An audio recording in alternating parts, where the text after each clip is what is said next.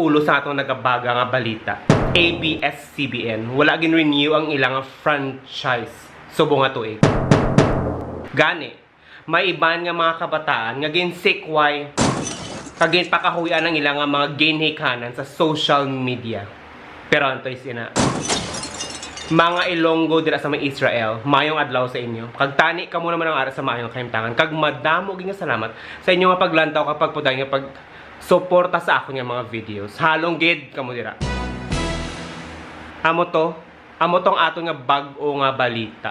Tungod nga wala na rin yung franchise ang ABS-CBN, madamo sang mga kabataan ang ginsekway, ginkondenar, kag ginpakahuyan ang ilang mga ginhikanan sa social media. Ay, mga totoo mga inday na ano kamo? Daw sa mga wala kamo sang kabalastan, mga patay huya kamo.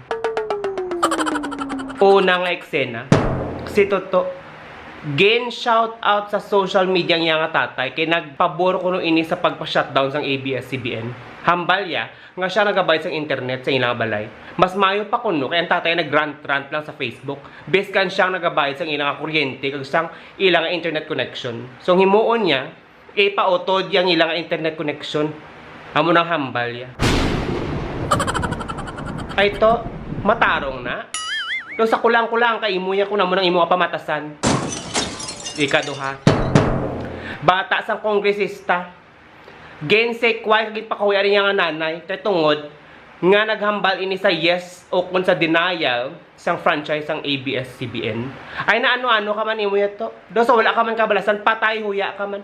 Maginamo sinang imo nga pamatasan daw kulang-kulang man.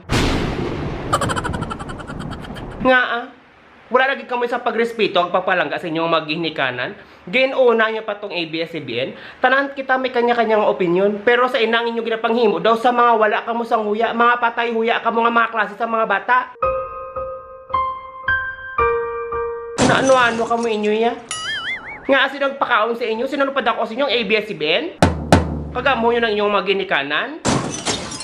Ay ambot na lang. Mayo tong ABS-CBN kay ipagtanggol nyo ang pagpatay-patayan gid ninyo. Ay ambot na lang ano nakuha nyo? Sa pagpakawya sa mga ginikanan nyo, mga bastos na mo klase bata.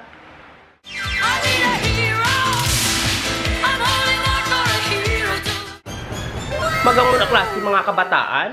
Kabataan walay kapuslanan.